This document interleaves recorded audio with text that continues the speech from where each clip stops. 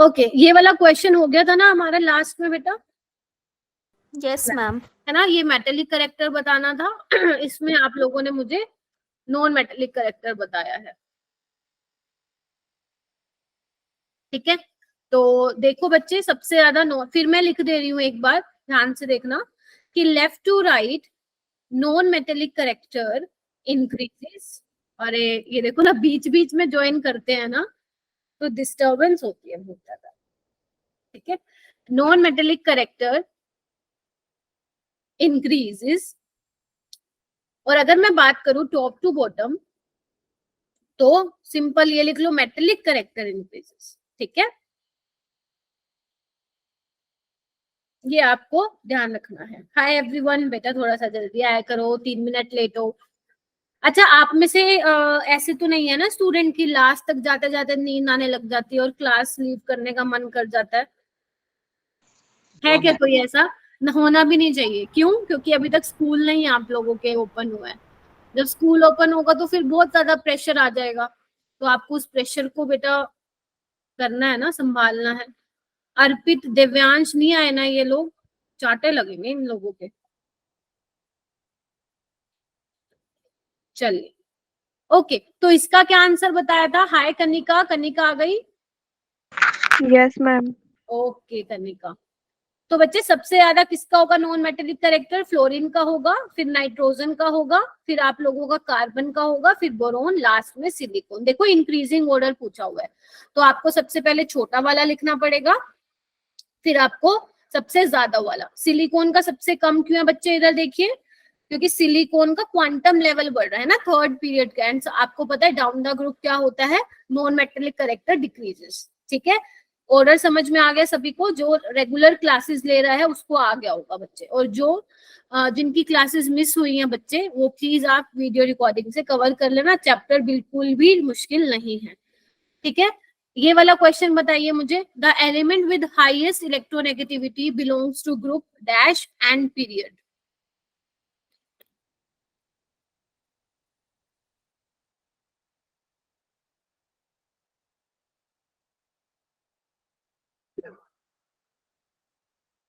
Ma'am group 17। अच्छा, और period? Ma'am second period. अच्छा, श्रेया?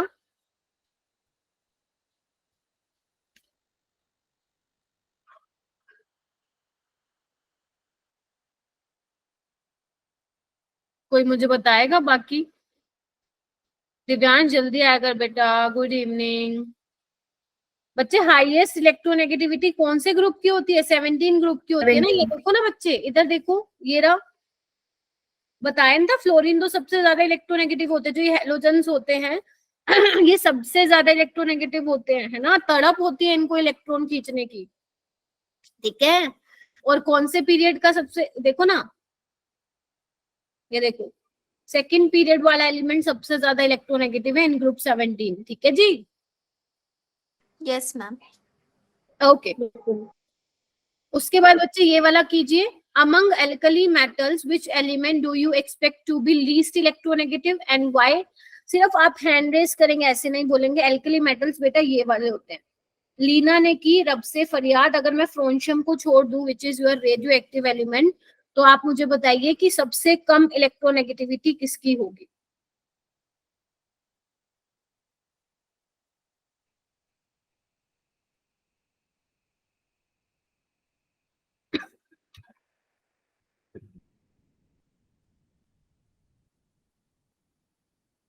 बताइए, डाउन द ग्रुप इलेक्ट्रोनेगेटिविटी क्या होती है? इंक्रीज या डिक्रीज?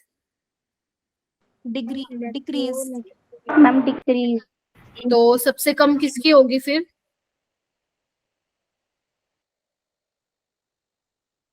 मैम ये बताओ। आरबी वाला, इसको बोलते क्या है? रुबीडियम। रुबीडियम। रुबीडियम की होगी सबसे कम। सीजियम। सीजियम की होगी ना। लीना ने की रब से फरियाद ना बेटा, तो सबसे कम तो यही इलेक्ट्रोनेगेटिव नहीं होगा, क्योंकि ये सबसे ज्यादा इलेक्ट्रोपॉजिटिव है ना। Yes ma'am. मैम आपने नीचे वाला बोला था ना कि नहीं उसे कंसिडर नहीं नहीं करना, नहीं, मैंने सोचा फ्रोंशियम ऊपर वाला, वाला। फ्रोंशियम वाला नहीं कंसिडर यस करना। मैम, उसी में गलती ठीक है, होगी। तो इसका आंसर क्या आएगा? सीजिए, ये वाला कीजिए। The correct option with respect to folding electronegativity values of the element is,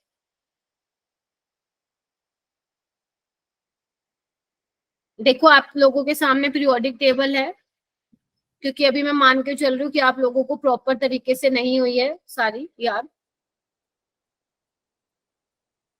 तो मुझे बताओ इसमें से कौन सा करेक्ट ऑप्शन होगा। हैंड रेज कर लेना प्लीज, पढ़ा करो। The correct option with respect to folding electronegativity values of the element is, ध्यान रखना मैं यहाँ पे आप लोगों के लिए लिख भी देती हूँ बेटा। Left to right electronegativity increases और top to bottom electronegativity decreases. ऐसे लिख लिया करो अपने पास रफ शीट में। ओके, हाँ Disha. Ma'am option 1। Option 1, very good. सारे एग्री करते हो जिसने हैंड रेज किया है? Yes yes ma'am. मैम। ये देखिए इधर, very good, proud of you. Germanium की इलेक्ट्रोनेगेटिविटी ज्यादा होगी गैलियम से, ध्यान रखना। जीई आपका बच्चे जर्मेनियम है, जीए आपका गैलियम है, राइट। तो जर्मेनियम की इलेक्ट्रोनेगेटिविटी ज्यादा होगी। एल्यूमिनियम और सिलिकॉन में कहा गया, एल्यूमिनियम और सिलिकॉन में सिलिकॉन की ज्यादा होनी चाहिए, ये वाला गलत है। ऐसे ही इसमें सल्फर की ज्यादा होनी चाहिए और ऐसे ही इसमें सिलेनियम की ज्यादा होनी चाहिए टेल्यूरियम से। तो आपका फर्स्ट ऑप्शन जो है वो करेक्ट है। ठीक है, आगे चले बच्चे, चलिए। उसके बाद हम थोड़ी बात आगे करते हैं। अगर आपको याद हो, मैंने आप लोगों को इलेक्ट्रोनेगेटिविटी और इलेक्ट्रॉन गेन एंथैल्पी में डिफरेंस बता दिया था। क्या था बच्चे मेन डिफरेंस? इलेक्ट्रोनेगेटिविटी कोई भी एनर्जी नहीं है ना। इलेक्ट्रोनेगेटिविटी किसी भी तरह की एनर्जी नहीं है, वो टेंडेंसी है किसी एटम की इलेक्ट्रॉन को अपनी तरफ अट्रैक्ट करने की। जबकि इलेक्ट्रॉन एफिनिटी बोल दो या इलेक्ट्रॉन गेन एंथैल्पी बोल दो, वो क्या है? वो क्या है बच्चे? एनर्जी। एनर्जी है। है। तो देखो बच्चे ये क्या लिखा हुआ है, ये कुछ डिफरेंस है। ठीक है, electronegativity and electron affinity both have tendency to attract electrons, but electron affinity is for isolated atoms. जबकि इलेक्ट्रोनेगेटिविटी किसके लिए था बच्चे? बॉन्डेड एटम्स के लिए था। इलेक्ट्रोनेगेटिविटी में बॉन्ड बन चुका है, आप सिर्फ इलेक्ट्रॉन को, अगर आप ज्यादा पावरफुल हो तो आप इलेक्ट्रॉन को पुल कर रहे हो अपनी तरफ। ठीक है, बी पॉइंट क्या है बच्चे? There is no unit of electronegativity because it is a relative value. बिल्कुल कोई यूनिटी नहीं होती है, हम तो एक एटम के रिस्पेक्ट में देख रहे हैं कि ये ज्यादा इलेक्ट्रोनेगेटिव होगा, ये कम इलेक्ट्रोनेगेटिव होगा। ठीक है, ओके। सी का क्या सीन है बच्चे? सी मैंने आपको ऑलरेडी बता दिया, electronegativity is property of a bonded atom not an isolated gaseous atom, so no energy will be liberated और एब्सॉर्ब्ड। क्लियर हो गए ये तीनों points? Yes ma'am. Yes, ma'am. ठीक है, ओके, आगे चलिए। उसके बाद बच्चे मैंने आप लोगों को ना शायद ये बताया था कि कुछ कुछ स्केल्स हैं जो आप लोगों को ध्यान रखने हैं इलेक्ट्रोनेगेटिविटी को मेजर करने के लिए। जैसे पोलिंग स्केल था, ठीक है, एक मोलिकन स्केल है और एक अल्फ्रेड रोशो स्केल है। ठीक है, ये पेपर में नहीं पूछा जाता है, आपको सिर्फ और सिर्फ इसको अपने नोट्स में नोट डाउन करना है, नथिंग एल्स। ठीक है, मैं समझा देती हूँ क्या है ये।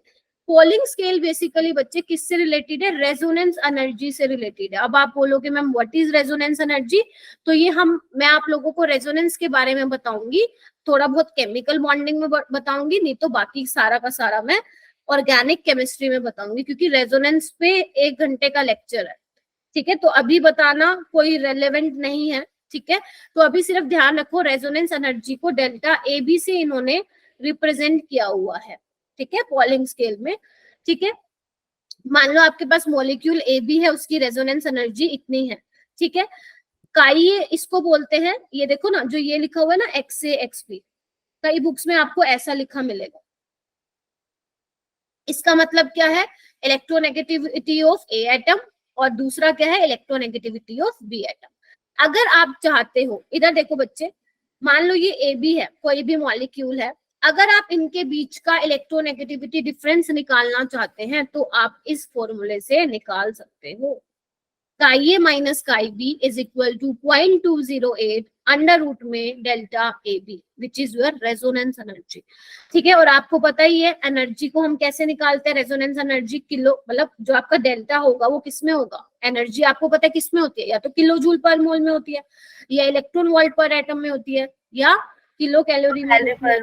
ठीक है, चलिए अगर मान लो ये तो ठीक है, ये तो निकालने की बात आ गई इसकी, अगर मान लो यही निकालने के लिए बोल दिया जाए तो ये कैसे निकालोगे, तो इसका भी फॉर्मूला है EAB minus EAA into EBB का अंडर रूट। इसका मतलब क्या है, electronegativity values of, electronegativity difference of A and B। ये क्या है, electronegativity of A atom into electronegativity of B atom. आपको सिर्फ ये ध्यान रखना है, आपको ज्यादा माइंड में प्रेशर नहीं देना है कि मैम ये तो हमसे हो ही नहीं रहा, नहीं हो रहा है तो छोड़ दो, सिर्फ ध्यान रख लो। हो सकता है बच्चे एमसीक्यू में ये 4 ऑप्शन बना के दे दें कि पोलिंग स्केल में आप रेजोनेंस एनर्जी किस तरह से निकाल सकते हो।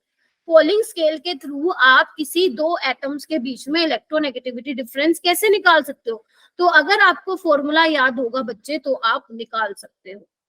ठीक है जी, सिर्फ और सिर्फ ध्यान रखना है, जो जो चीजें आज मैं बोलूंगी कि ये तो मैं आगे पढ़ाऊंगी, या जो जो चीजें आपको ध्यान रखनी है वो सिर्फ आपको ध्यान ही रखनी है। उसके बाद बच्चे मुलिकन स्केल का क्या सीन है, मुलिकन ने इलेक्ट्रोनेगेटिविटी को कैसे मेजर किया। मान लो सपोज आप कोई बी एलिमेंट है, हमें नहीं पता कौन सा बी एलिमेंट है, अगर आपको उसकी इलेक्ट्रोनेगेटिविटी मेजर करनी है तो कैसे करोगे, उसकी इलेक्ट्रॉन एफिनिटी की वैल्यू, मतलब जब आपने इलेक्ट्रॉन ऐड किया तो कितनी एनर्जी रिलीज हुई, और जब इलेक्ट्रॉन निकाला तो कितनी एनर्जी लेनी पड़ी, दोनों का आपको क्या ले लेना है, एवरेज ले लेना है, वो आ जाएगा इलेक्ट्रोनेगेटिविटी मुलिकन स्केल पे। ठीक है जी, और ये दोनों क्या है, इलेक्ट्रॉन वोल्ट में होनी चाहिए, जो ये इलेक्ट्रॉन एफिनिटी और जो आयनाइजेशन एनर्जी है वो किस में होनी चाहिए, इलेक्ट्रॉन वोल्ट में होनी चाहिए। दूसरी चीज, तीसरी चीज ये कहता है बच्चे, जो मुलिकन वैल्यूज हैं इलेक्ट्रोनेगेटिविटी की, जो मुलिकन स्केल पे आपने इलेक्ट्रोनेगेटिविटी की वैल्यू निकाली है वो 2.8 टाइम्स है पोलिंग स्केल पे। तो आपको ये फॉर्मूला जरूर ध्यान रखना, क्योंकि पता चले एमसीक्यू में 4 ऑप्शन आप लोगों को दे दें बच्चे और आपसे ये पूछे इनमें से कौन सा करेक्ट है, तो आप लोग बता सकते हैं। ठीक है, ठीक है, दिव्यांश, दिशा, आयशा, मुस्कान, ठीक है, पीयूष, सुहानी, हुमेरा, ईशा, कनिका, मुस्कान, नवनीत, पीयूष, समीक्षा, शहजादी, सुहानी। आज बहुत बच्चे एब्सेंट है भाई, बहुत ही ज्यादा। 17 तो आ गए थे ना स्टार्टिंग में, 3 पता नहीं कहाँ चले गए। नापनित्या का तो आई थिंक नेटवर्क वो हो रहा है। चलिए बेटा, उसके बाद है नेक्स्ट आपका स्केल है बच्चे अल्फ्रेड रोशो स्केल। इसने क्या बताया था, अगर आपको किसी एलिमेंट की इलेक्ट्रोनेगेटिविटी निकालनी है, कौन आया, अगर आपको बच्चे किसी की इलेक्ट्रोनेगेटिविटी निकालनी है तो उसने क्या फॉर्मूला दिया, ये 0.359 into Z effective by R square. ठीक है, 0.359 into Z effective by R square. Z effective आप लोगों को पता ही है क्या है बच्चे, फोर्स ऑफ अट्रैक्शन। हाँ इफेक्टिव, हाँ force of attraction, very good. Z minus sigma, sigma क्या है, स्क्रीनिंग इफेक्ट है ना, बताया था। Yes, ये ma'am. क्या है बच्चे, एटॉमिक नंबर है। तो अगर आप जेड में से माइनस एटॉमिक नंबर बोल दो या न्यूक्लियर चार्ज बोल दो, एक ही बात है, तो आपका क्या आ जाएगा, जेड इफेक्टिव। और हमने याद करो उस लेटर रूल की हेल्प से हमने निकालना सीखा था। ठीक है, और आर क्या है, इसमें डिस्टेंस है किसके बीच में, किसके बीच में, आउटर मोस्ट शेल इलेक्ट्रॉन के बीच में और न्यूक्लियस के बीच में। ठीक है, कोवेलेंट रेडियस है बेसिकली एटम की। कोवेलेंट रेडियस पता है ना कैसे निकालते हैं, ऐसे करके दोनों का क्या कर लेते थे, डिस्टेंस निकाल के 2 से डिवाइड कर देते थे। ठीक है बच्चे,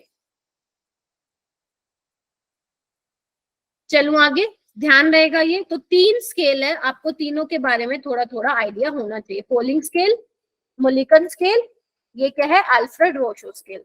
ठीक है, उसके बाद बच्चे एक बार मुझे कंफर्म कर दो इलेक्ट्रोनेगेटिविटी और इलेक्ट्रॉन एफिनिटी के बारे में डिफरेंस। ये यहाँ पे ना इलेक्ट्रॉन कर लेना आप लोग, एक बार जल्दी से सारे बच्चे इसको रीड कर लो और मुझे कंफर्म करो कि मैम ये तो आप बता चुके हैं।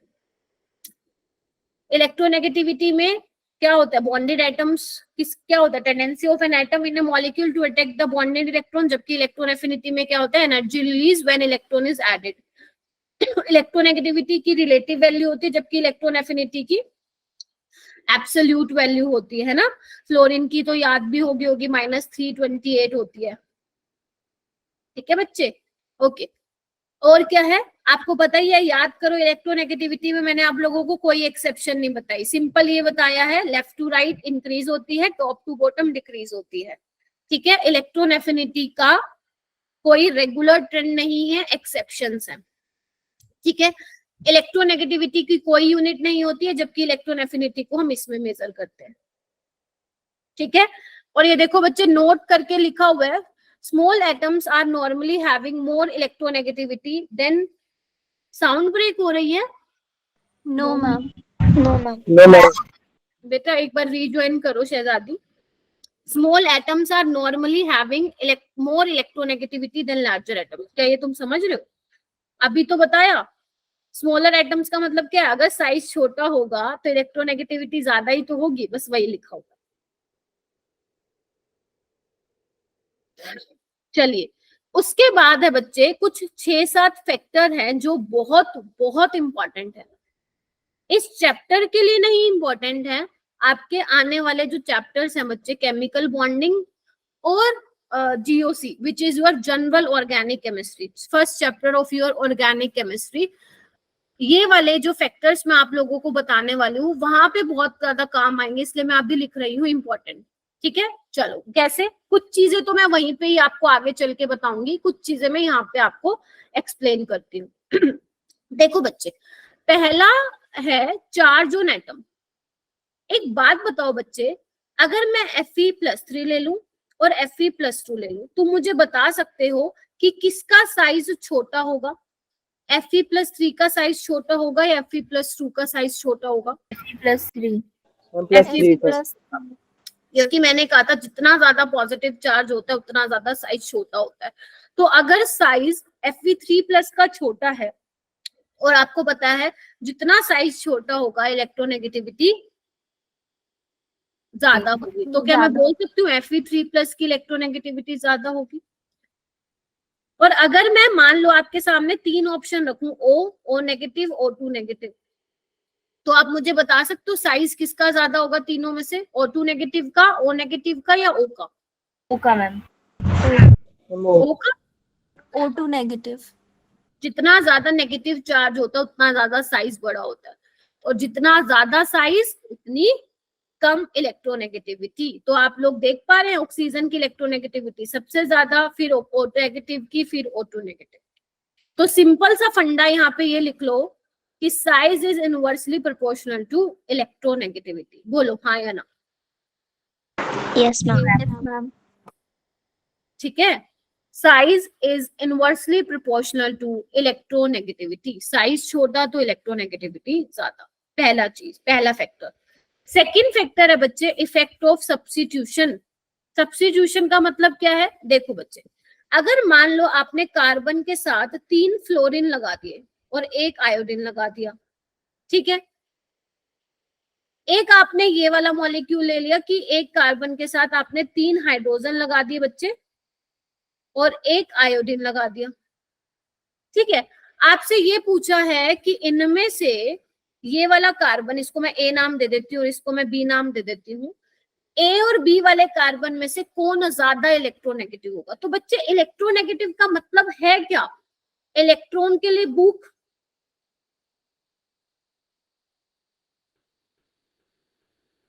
क्योंकि जो ज्यादा ताकतवर होगा वही इलेक्ट्रॉन को अट्रैक्ट कर पाएगा, उसी की इलेक्ट्रोनेगेटिविटी ज्यादा होगी। बोलो हाँ या ना? Yes ma'am. ठीक है, तो आप खुद देख के बताओ इसमें से किस वाले केस में कार्बन की इलेक्ट्रोनेगेटिविटी जो है वो ज्यादा होने वाली है। देखो फ्लोरीन क्या है बच्चे? इलेक्ट्रोनेगेटिव है, इधर देखिए सारे, फ्लोरीन आपको पता है बहुत ज्यादा इलेक्ट्रोनेगेटिव है कार्बन के कंपैरिजन में। Yes ma'am.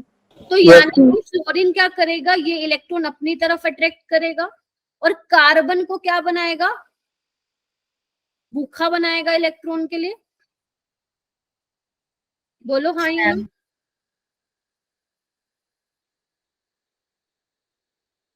ठीक है, यानी कि कार्बन, ध्यान से समझने की कोशिश करो इस पॉइंट को, कार्बन के साथ क्या लगे हुए हैं, 3 फ्लोरीन लगे हुए हैं। फ्लोरीन इलेक्ट्रोनेगेटिव है तो अपनी तरफ इलेक्ट्रॉन को खींच रहे हैं।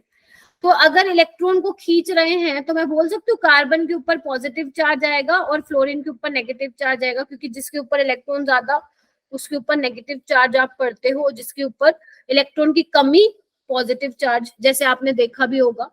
मान लो ए और बी में से ए ज्यादा इलेक्ट्रोनेगेटिव है तो इस पे हम पार्शियल नेगेटिव चार्ज दिखाते हैं और पार्शियल पॉजिटिव। अगर कोवेलेंट बॉन्ड है, आयनिक में हम प्रॉपर बिल्कुल प्योर पूरा का पूरा पॉजिटिव और पूरा का पूरा नेगेटिव दिखाते हैं, क्योंकि उसमें कंप्लीट ट्रांसफर हो रहा होता है इलेक्ट्रॉन का। थोड़ा सा याद आ रहा है चीजें, कोई बात नहीं, केमिकल बॉन्डिंग में मैं कल करवाऊंगी।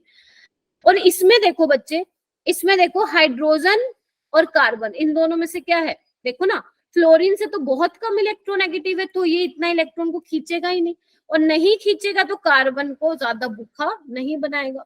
तो यहाँ पे क्या लिखा हुआ है, carbon atom in CF3I acquire greater positive charge than in CH3I, hence C atom in CFI3 is more electronegative than in CH3I।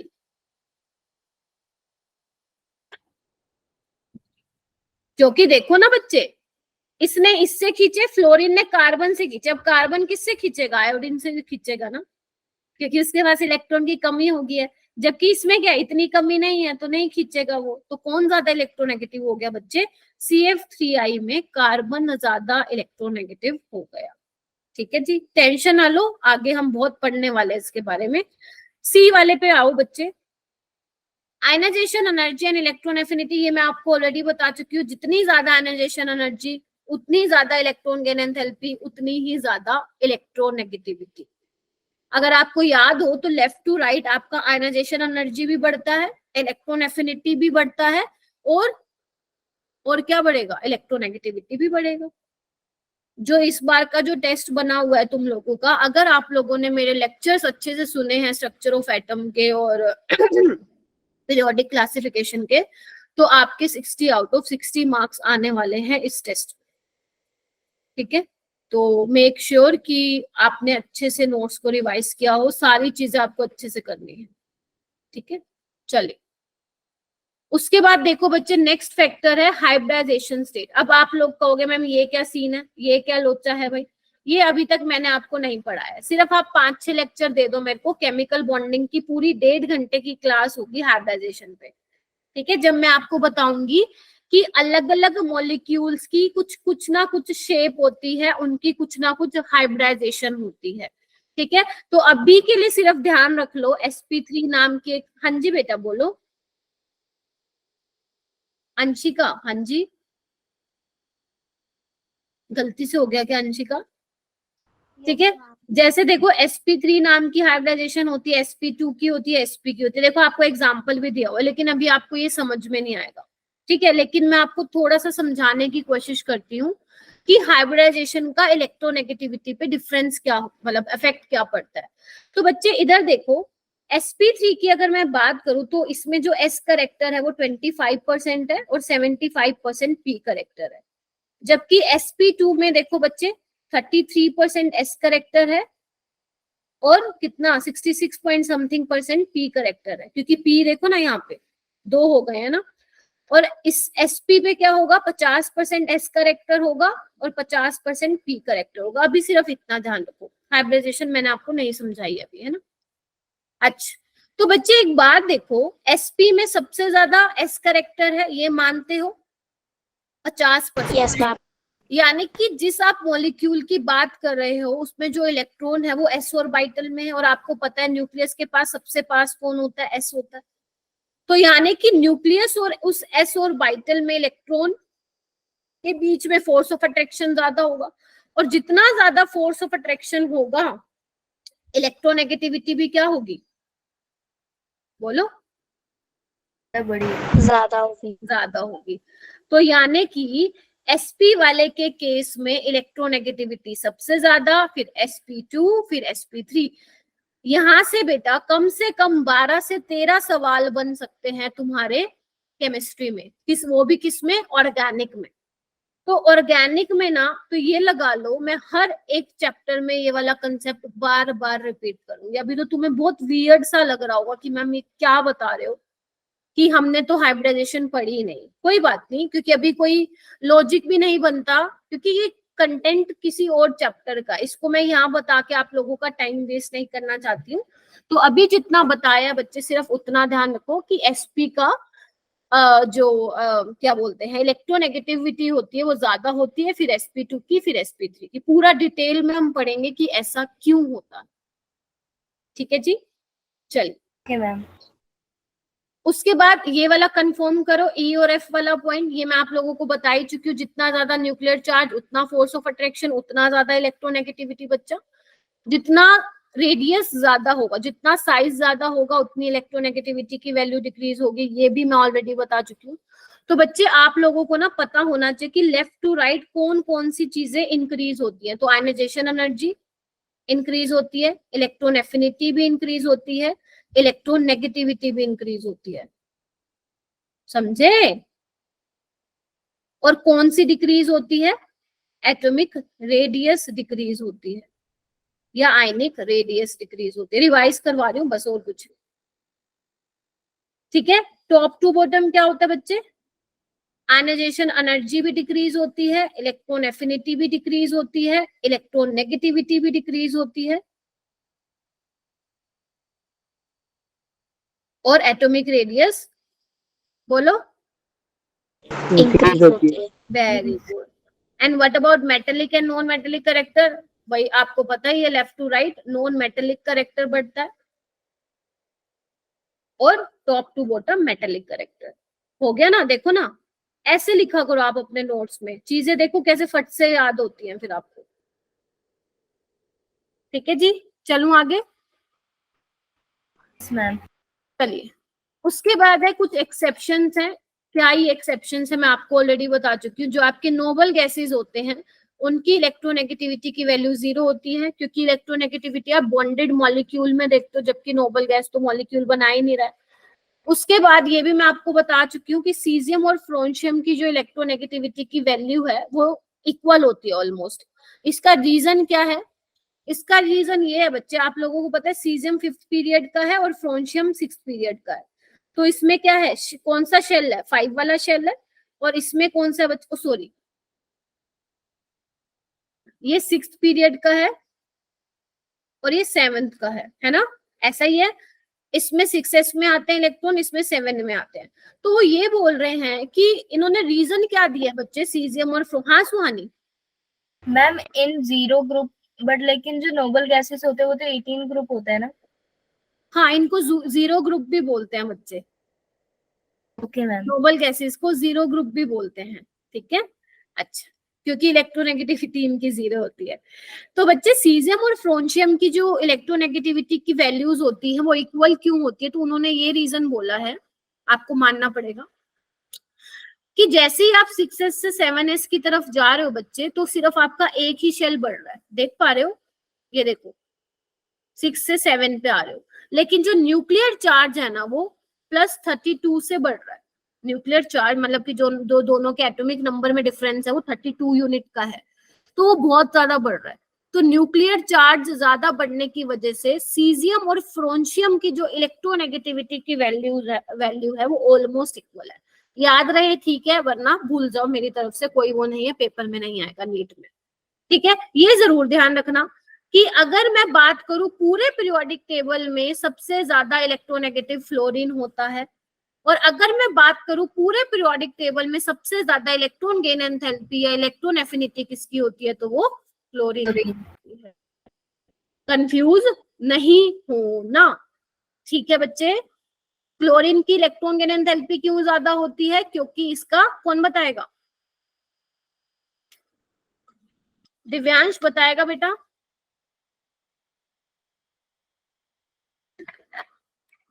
No ma'am. बताओ।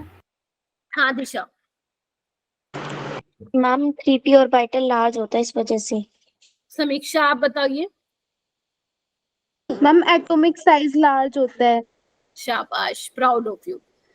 ठीक है, लेकिन इतना छोटा सा मत लिख के आना, क्योंकि ये तुम्हारे जो स्कूल वाले एग्जाम्स होंगे उसमें भी 2-3 नंबर का क्वेश्चन आता है, तो अच्छे से इसको एक्सप्लेन करके आना। ठीक है बच्चे, बाकी तुम लोगों का कंसेप्ट जो है सही जगह पे लगा है।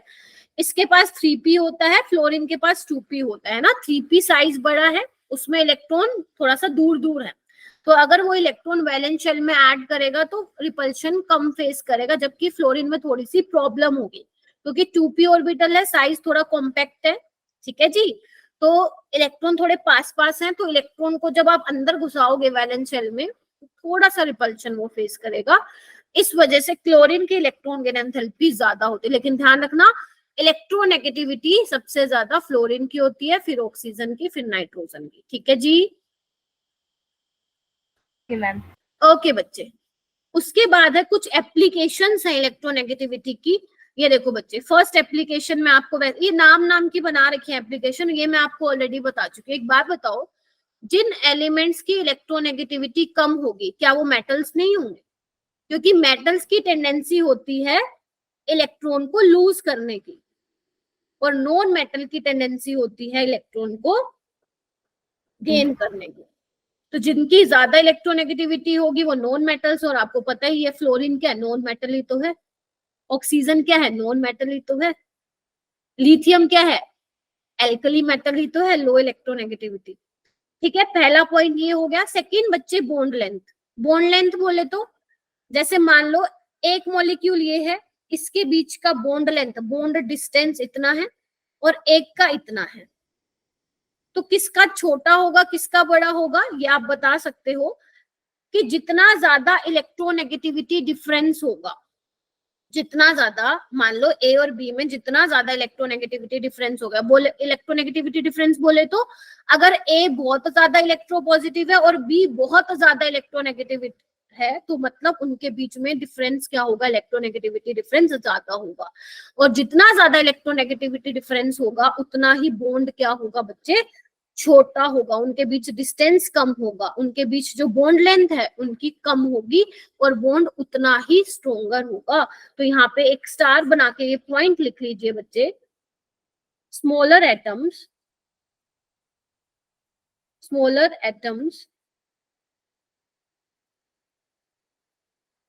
form stronger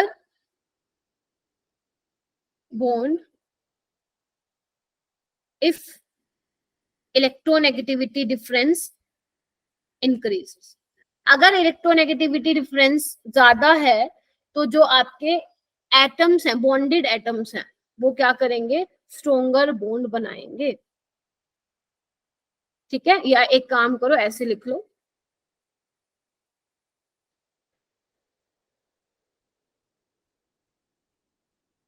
ठीक है, जितने ज्यादा बॉन्ड स्ट्रोंग होंगे उतने ही छोटे होंगे। टेंशन मत लो, ये सारी चीजें केमिस्ट्री में आप पढ़ने ही वाले, बस ये लगा लो आज शुरुआत हो चुकी है, समझ रहे हो? आप 2 साल पढ़ने ही यही वाले हो, लेकिन आपको 2 साल पढ़ना पड़ेगा फिर केमिस्ट्री, है ना, ऐसा नहीं कर सकते बीच में छोड़ दे। तो ये लगा लो शुरुआत आज से हो चुकी है, तो मैं नए नए चीजों से आप लोगों के दर्शन करवा रही हूँ। ठीक है, उसके बाद बच्चे आओ नेचर ऑफ बॉन्ड। अगर आपको ये पता लगाना है बच्चे कि आपका बॉन्ड कितना आयनिक है और कितना कोवेलेंट है, नाम सुने हैं ना आयनिक और कोवेलेंट, नाम सुना आपने? Yes, ma'am. तो जो कि मैं केमिकल बॉन्डिंग कल करवाऊंगी, अपना फर्स्ट लेक्चर पूरा का पूरा आयनिक बॉन्ड पे होगा, पूरा डिटेल के बिल्कुल डेप्थ में जाएंगे आयनिक बॉन्ड के। ठीक है, तो बेसिकली एक हेने एंड स्मिथ नाम का बंदा था, उसने एक फॉर्मूला दिया। अगर आप चाहते हो निकालना कि आपके मॉलिक्यूल में कितना परसेंटेज आयनिक कैरेक्टर है और कितना परसेंटेज कोवेलेंट कैरेक्टर है, तो आप इस फॉर्मूले से वो बता सकते हो। 16 इंटू काई ए माइनस काई बी प्लस 3.5 इंटू काई ए माइनस काई बी का होल स्क्वायर। फिर बोल रही हूँ, ज्यादा प्रेशराइज नहीं करना है खुद को, सिर्फ और सिर्फ ध्यान रखना है। काई ए क्या है, इलेक्ट्रोनेगेटिविटी ऑफ ए, काई बी क्या है, इलेक्ट्रोनेगेटिविटी ऑफ बी। ठीक है, अगर इन दोनों का डिफरेंस 2.1 से ज्यादा आता है तो समझ जाना आयनिक बॉन्ड होगा, 2.1 से कम होगा तो वो कोवेलेंट बॉन्ड होगा। तो आपने देखा होगा आपका H और F है, इधर देखना एक बार, थोड़ा सा बता देती हूँ मैं, थोड़ा सा फील दिलवा रही हूँ बेटा। ये देखो H और F है, H की इलेक्ट्रोनेगेटिविटी होती है 2.1 और इसकी होती है 4.0। आपको ध्यान नहीं रखना, ये तो मुझे याद है, तो मैं आपको जस्ट एक एग्जांपल लेके समझा रही हूँ। तो इन दोनों का माइनस करना, 4.0 माइनस 2.1 कितना आएगा, 2.1 से ज्यादा आएगा, बोलिए। 2.1 से ज्यादा आ रहा है, कितना आ रहा है एग्जैक्ट, 2.9, कितना आ रहा है एग्जैक्ट, 2.9 आ रहा है, 1.9। Sorry 1.9, I am so sorry. अच्छा अच्छा अच्छा अच्छा, ठीक है ठीक है ठीक है, 1.9 के आसपास आ रहा है ये। तो अगर आप 4 को माइनस करो 2.1 में से तो ये कितना आ रहा है आपका, 1.9 आ रहा है। तो ये क्या आ रहा है देखना, लेस देन आ रहा है 2.1 से। Yes ma'am. तो इसमें मतलब ये क्या है, कोवेलेंट बॉन्ड होगा, ये कोवेलेंट, और है भी तो सही, कोवेलेंट बॉन्ड तो बना हुआ है इसके अंदर, ठीक है, बोलो। Yes ma'am. ठीक है, ओके बच्चे, ठीक है। जैसे आपका NaCl है, Cl की होती है कितनी होती है, Cl की 3 होती है और इसकी 1 पॉइंट समथिंग होती है, तो माइनस करना, 2 से तो ज्यादा ही आ रही होगी, करना 1.2 ले लो, चलो इसको करना एक बार, इसको माइनस 1.8।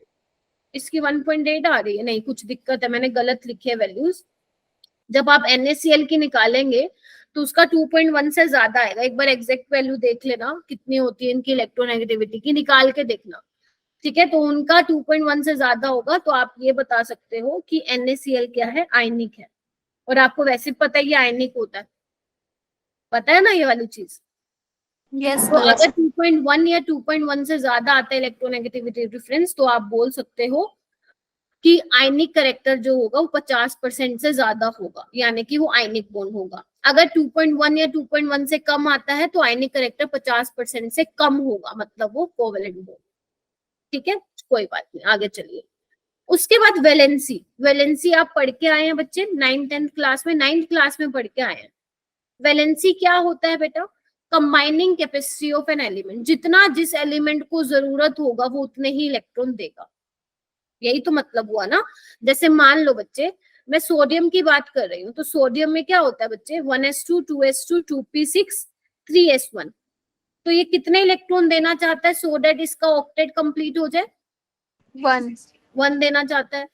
तो वही तो इसकी क्या हो गई बच्चे, वैलेंसी हो गई।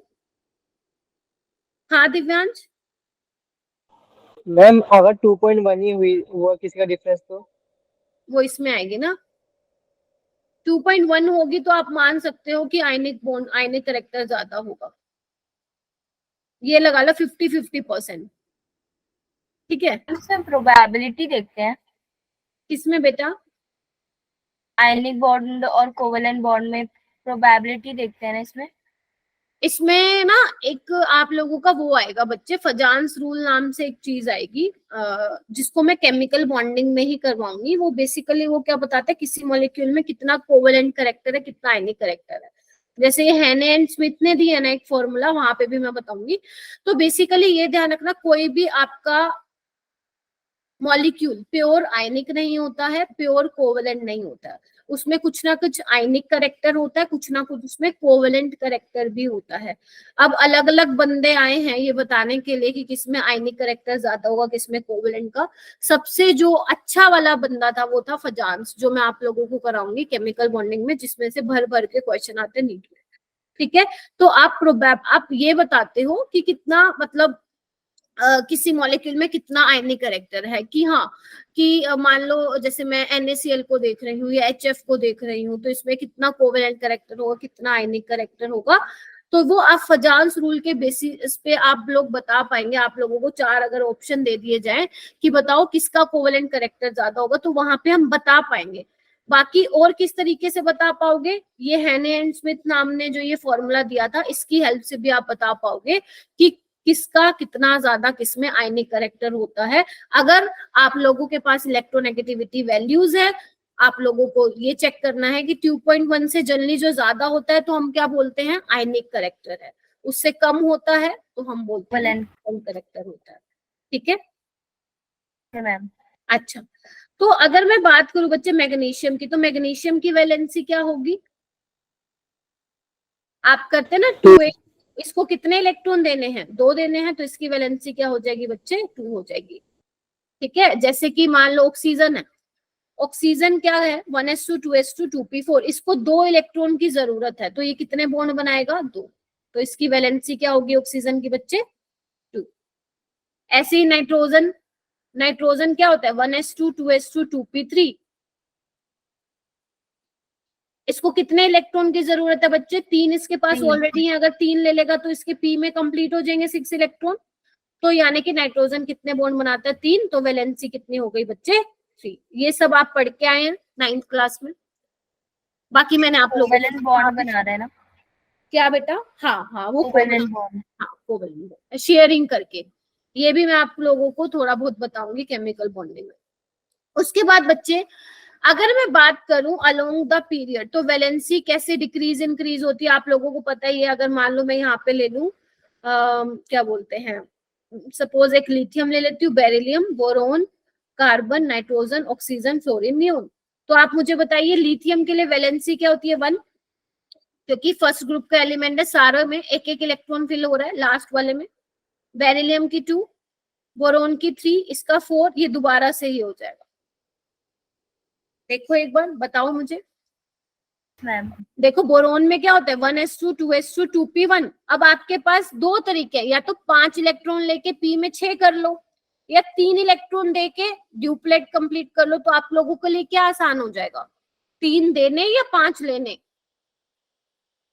3 देके 3 देने।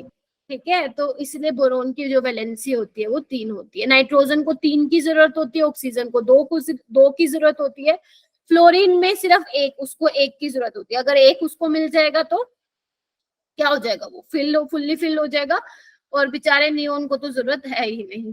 ठीक है जी, तो वैलेंसी पहले इंक्रीज होती है फिर डिक्रीज होती है। ठीक है बच्चे, अगर मैं बोलूं ग्रुप की वैलेंसी, जैसे ही आप डाउन द ग्रुप जाओगे तो मुझे बताओ क्या सभी एलिमेंट्स की वैलेंसी सेम होती है, लीना ने की रब से फरियाद, लीना ने की रब से फरियाद, वैलेंसी 1 होगी, वैलेंसी 1 होगी, क्योंकि लास्ट वाले शेल में सबके कितने कितने इलेक्ट्रॉन है, एक एक इलेक्ट्रॉन है, एक एक इलेक्ट्रॉन है। बेटा रिस्पॉन्स दो भाई, ऐसा तो कुछ करवा ही नहीं रही हूं मैं।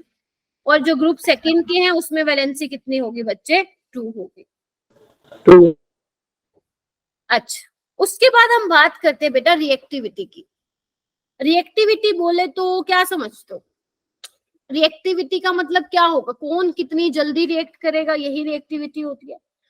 तो बच्चे आप लोग ये बताइए, यहीं पे आपको बता देती हूँ मैं, इधर देखिए, एक तो आपके पास ये एल्कली मेटल्स हैं, एक ये हेलोजन्स है।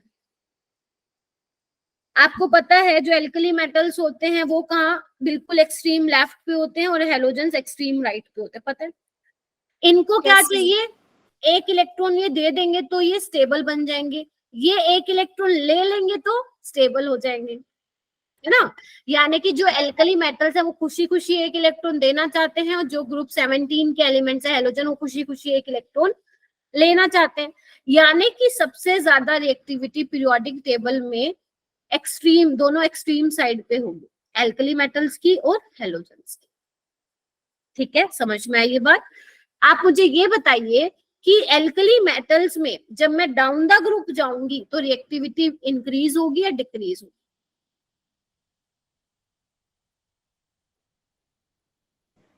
इंक्रीज।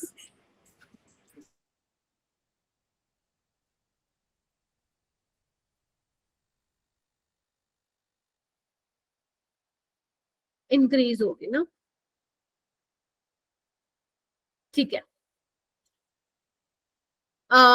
क्या बोल रही हूं मैं, इधर देखिए बच्चे, इंक्रीज होगी, क्योंकि जैसे जैसे मैं नीचे जा रही हूँ बच्चे, तो साइज क्या हो रहा है, इंक्रीज हो रहा है। यानी कि न्यूक्लियस और जो आपके वैलेंस शेल इलेक्ट्रॉन के बीच में फोर्स ऑफ अट्रैक्शन है वो क्या हो रहा है, डिक्रीज हो रहा है। डिक्रीज देखो ना, जैसे जैसे मैं नीचे जाती जा रही हूँ डिस्टेंस बढ़ता जा रहा है, बढ़ता जा रहा है, बढ़ता जा रहा है, तो इलेक्ट्रॉन को निकालने के लिए कम एनर्जी देनी पड़ेगी, मतलब जल्दी निकलेगा इलेक्ट्रॉन, तो रिएक्टिविटी ज्यादा होगी। बोलो हाँ या ना। Yes ma'am. जबकि मैं हेलोजेंस की बात करूं तो हेलोजेंस का मतलब ही क्या है, इलेक्ट्रॉन को लेने की पावर। तो जैसे जैसे मैं डाउन द ग्रुप जाऊंगी, आपको पता है साइज बढ़ रहा है, न्यूक्लियस और इलेक्ट्रॉन के बीच में, वैलेंस शेल इलेक्ट्रॉन के बीच में देखो डिस्टेंस बढ़ता जा रहा है, देख पा रहे हो हैंड्स को।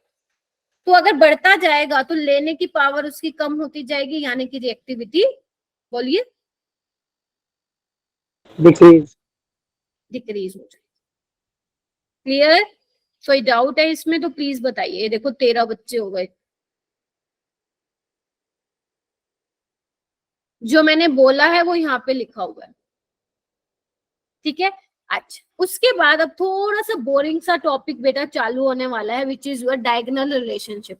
थोड़ा सा बोरिंग वो इसलिए है क्योंकि डायगोनल रिलेशनशिप ना, मैं तुम लोगों को आई थिंक दिव्यांश तूने पूछा था बेटा कि बेरिलियम और मैग्नीशियम ये सब, आई थिंक पूछा था ना तुमने डायगोनल रिलेशनशिप के बारे में। तो बच्चे जो ये डायगोनल रिलेशनशिप है वो मैं तुम्हें कहाँ पढ़ाऊंगी, एस ब्लॉक एलिमेंट्स जो आप लोगों का चैप्टर है इसमें क्या बोलते हैं 11th क्लास में, वहां पढ़ाऊंगी। बट अगर आप लोगों ने एनसीईआरटी देखी हो तो आपके लास्ट के 2-3 पेज जो है डायगोनल रिलेशनशिप में के बारे में लिखा हुआ है, तो हमें पढ़ना पड़ेगा ना चाहते हुए भी। तो हालांकि मैं आपको समझाऊंगी नहीं ज्यादा, सिर्फ आपको ये कह के छोड़ दूंगी कि इसको नोट्स में नोट डाउन कर लो। बट जो छोटी छोटी चीजें जो मैं अपनी तरफ से कोशिश कर सकती हूँ समझाने की, वो मैं आप लोगों को समझाऊंगी। जैसे बच्चे डायगोनल रिलेशनशिप का मतलब क्या होता है, जो आपके सेकेंड पीरियड के, इधर देखिए बच्चे, जो आपके सेकेंड पीरियड के एलिमेंट्स है लाइक लिथियम हो गया, बेरिलियम हो गया, बोरोन हो गया, कार्बन हो गया, ये क्या करते हैं, जो आपके क्या बोलते हैं सेकेंड ग्रुप के सेकेंड एलिमेंट के, बेसिकली किसी भी ग्रुप के सेकेंड एलिमेंट से क्या करते हैं, रिजेम्बलेंस रखते हैं, मतलब उनकी प्रॉपर्टीज क्या होती हैं, थोड़ी सी सिमिलर होती हैं। क्योंकि ये डायगोनली एक दूसरे के सिमिलर रिजेम्बलेंस खा रहे हैं, तो इसलिए इनको क्या बोलते हैं, इनके बीच में क्या है, डायगोनल रिलेशनशिप है। ठीक है, किस किस के बीच में है डायगोनल रिलेशनशिप, लिथियम मैग्नीशियम के बीच में, बेरिलियम एल्यूमिनियम के बीच में, बोरोन सिलिकॉन के बीच में, और कार्बन फास्फोरस। तो लिथियम और मैग्नीशियम की प्रॉपर्टीज कुछ कुछ मैच करेंगी, बेरिलियम और एल्यूमिनियम की सारी नहीं, कुछ कुछ ऐसी, बोरोन सिलिकॉन की, ऐसे ही कार्बन फास्फोरस की। सेकंड पीरियड का एलिमेंट है और किसी भी ग्रुप के वो सेकंड वाले एलिमेंट से क्या करेंगे, रिजेम्बलेंस शो करेंगे। इसी को ही हम क्या बोलते हैं बच्चे, डायगोनल रिलेशनशिप बोलते हैं। ठीक है जी, चलिए अब ये बोला गया है कि जो डायगोनल रिलेशनशिप है वो आप किस बेसिस पे एक्सप्लेन करो, तो बच्चे को मैं पोलराइजिंग पावर की बेसिस पे एक्सप्लेन करूं। मैम ये क्या होता है, इसको छोड़ दो, leave it because we will discuss this with in 2 to 3 days। Chemical bonding में पूरी एक क्लास होगी आप लोगों की, फजांस रूल जो मैं बोल रही थी ना उसमें ही आएगा आपका पोलराइजिंग पावर। तो अभी के लिए मैं आप लोगों को कंफ्यूज नहीं करना चाहती, इसको यहीं पे ही छोड़ दो। ठीक है बच्चे, छोड़ दिया, मजे से छोड़ो, टेंशन लेने वाली बात नहीं है। जब मैंने बोल दिया कि अभी के लिए छोड़ दो तो मतलब छोड़ दो। हाँ दिव्यांश, मैंने तो ये पूछा था कि लिथियम और बेरिलियम एस ब्लॉक में एक्सेप्शंस क्यों है। हाँ तो वो एक्सेप्शन इसलिए है क्योंकि इनका ये भी एस ब्लॉक का ही है वैसे तो क्वेश्चन। ठीक है, एक्सेप्शन अगर आप आगे, मैं जब आपको एस और पी ब्लॉक केमिस्ट्री बताऊंगी तो आपको ये दिखेगा कि हर पीरियड का पहला एलिमेंट दूसरे वाले एलिमेंट से अलग होता है। ये हम कहाँ डिस्कस करेंगे दिव्यांश, एस ब्लॉक में। ठीक है, तो अभी के लिए ये वाली बातें जो है अपने नोट्स में लिख लीजिए। मैं आपको सिर्फ बता देती हूँ, लिथियम जो होता है बच्चे कोवेलेंट कंपाउंड बनाता है, ठीक है, मैग्नीशियम की तरह, लेकिन बाकी सारे एल्कली मेटल्स क्या बनाते हैं, आयनिक कंपाउंड्स बनाते हैं। जो मैं बोलूँ ना फजांस रूल, अभी 2 क्लासेस रुक जाओ, वहीं पे मैं डिस्कस करूंगी, आपको बताऊंगी कि जो साइज में जितना छोटा होता है उसमें कोवेलेंट कैरेक्टर उतना ही ज्यादा होता है और वो कोवेलेंट कंपाउंड बनाता है। अभी के लिए सिर्फ ये ध्यान रख लो मैम के कहने पे। ठीक है। उसके बाद जो लिथियम होता है वो नॉर्मल ऑक्साइड बनाता है Li2O टाइप का, लाइक मैग्नीशियम, जबकि बाकी सारे क्या बनाते हैं, हायर ऑक्साइड्स बनाते हैं, परऑक्साइड और सुपर ऑक्साइड टाइप के। अभी ऊपर से जा रहा होगा, कोई बात नहीं, जाने दो।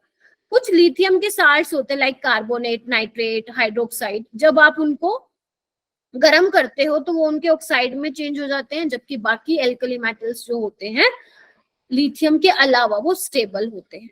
लिथियम जो है ऑक्साइड भी बनाता है और नाइट्राइड भी बनाता है, मैग्नीशियम भी बनाता है, लेकिन बाकी सारे जो है सिर्फ ऑक्साइड बनाते हैं। तो ये मैंने आपको क्या दिखाया बेटा कि लिथियम और मैग्नीशियम एक दूसरे से कैसे सिमिलर हैं, एक दूसरे के सिमिलर किस तरीके से। तो ये 4 पॉइंट मेरे कहने पे अभी लिख लो नोट्स में, बाकी ये सारा कुछ मैं एस ब्लॉक में करवाऊंगी बच्चे। सेम ऐसे ही बेरिलियम और एल्यूमिनियम दोनों ही कोवेलेंट कंपाउंड बनाते हैं, दोनों के ऑक्साइड्स एम्फोटेरिक नेचर के होते हैं, ठीक है। ये क्या है, बेरिलियम क्लोराइड और एल्यूमिनियम क्लोराइड, ये इलेक्ट्रॉन डेफिशिएंट होते हैं बच्चे। इलेक्ट्रॉन डेफिशिएंट का मतलब नाम से ही पता चल रहा है, इलेक्ट्रॉन की कमी। और जिनके पास इलेक्ट्रॉन की कमी होती है बच्चे उसको हम बोलते हैं लुईस एसिड, और जिनके पास इलेक्ट्रॉन की भरपूर मात्रा होती है उसको हम बोलते हैं लुईस बेस, इलेक्ट्रॉन रिच। क्या ये नोट्स में लिख लोगे अभी आप ऐसे ही, क्योंकि अभी बताना ये थोड़ा सा गलत होगा। मैम लुईस ने तो थ्योरी दी थी ना इसके बेस पे। हाँ, लुईस एसिड बेस थ्योरी, ठीक है। चलिए, उसके बाद बोरोन सिलिकॉन के साथ कैसे रिजेंबल करता है, दोनों के ऑक्साइड सिलिकॉन है। बाकी सारे भी थम्स अप दे दो, आई नो थोड़ा समझाने वाला नहीं है इसके अंदर, बट थोड़ा सा मेरे साथ कोऑपरेट करो बच्चे, ठीक है। हेलाइड्स जो होते हैं वो HX बना लेते हैं उनका, जब आप एयर की प्रेजेंस में रिएक्शन कराते हो। चलो खत्म, जितना लिखने का था नोट्स में वो मैंने आप लोगों को बता दिया है। अब जल्दी से क्वेश्चन कर दो बच्चे। फर्स्ट एंड सेकेंड आयनाइजेशन, देखो ध्यान से पढ़ो, बहुत ही अच्छा क्वेश्चन है ये, मैं आपको ऑलरेडी बता चुकी हूँ। आपको first and second ionisation energy दी हुई है, देखो सबकी, ये फर्स्ट आयनाइजेशन एनर्जी किसी एलिमेंट की, ये सेकेंड है। आपको क्या करना है, ये 4 क्वेश्चन दिए हुए हैं, आपको आंसर बताने हैं इसके। आपको बच्चे 4 क्वेश्चन दिए हुए हैं, इसके आंसर बताने हैं। कोई ऐसा स्टूडेंट है क्या जिसको लग रहा है कि भैया फिजिक्स केमिस्ट्री तो मेरे बस की नहीं है? ऐसा तो कोई नहीं है ना यहाँ पे।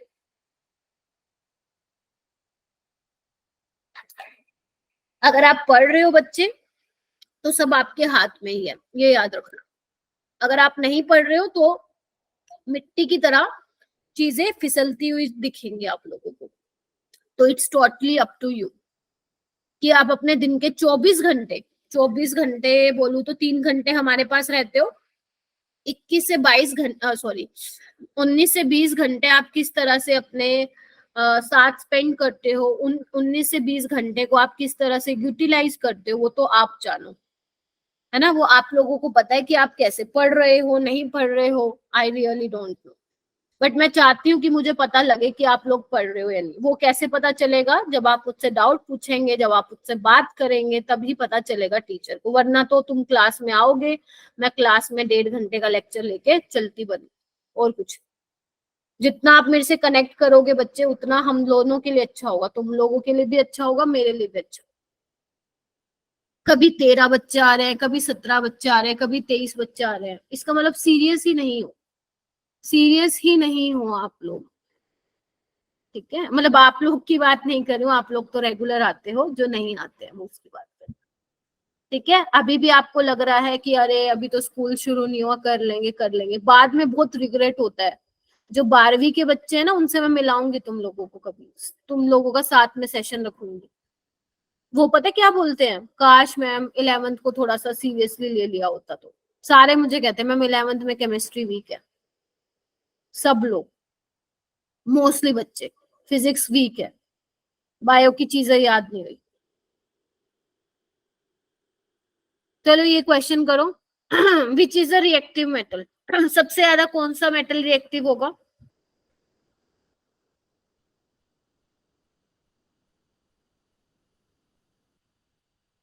सोच लो, समझ लो, फिर मुझे बता देना। ओके, आयशा के अलावा?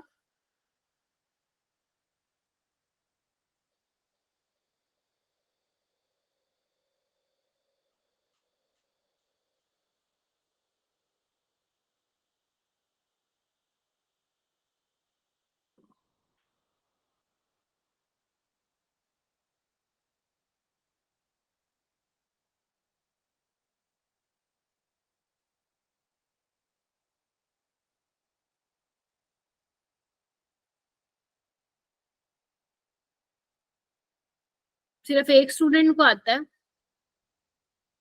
आयशा तुम ट्यूशन वगैरह जाती हो क्या? No ma'am. कैसे पढ़ती हो तुम? बस वही जो मैं पढ़ाती हूँ?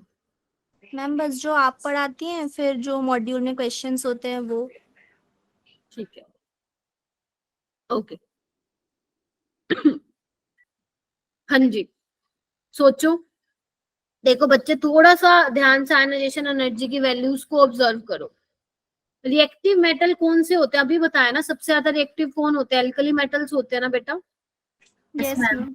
और एल्कली मेटल्स की देख लो कौन सी, मैंने कहा था जिनके बीच में, जिनकी फर्स्ट और सेकंड वाली आयनाइजेशन एनर्जी के बीच में डिफरेंस सबसे ज्यादा होगा उसकी उसकी क्या होगा?